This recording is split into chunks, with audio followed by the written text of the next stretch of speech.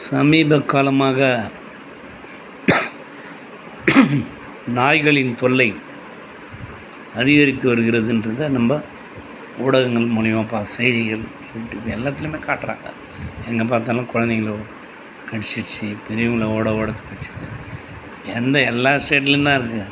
இப்போ சொல்லும்போது கேரளாவில் எல்லாத்தோடையும் அதிகமாக இருக்குது நாய்கள்னு ஒரு ஸ்ட்ராட்டஜி சொல்லுதுன்றான்.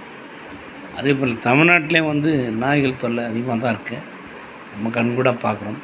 இப்போ ரீசெண்டாக கூட ஆயிரம் விளக்கு பகுதியில் ஒரு உயர் ஜாதி வகையை சார்ந்த 2 நாய்கள் ஷார்ட்ஸில் ஏற்கனவே போட்டிருந்தேன். அந்த வீட்டுக்காரருக்கு நோட்டீஸ் எல்லாம் கொடுத்துருந்தாங்க கார்ப்பரேஷன்.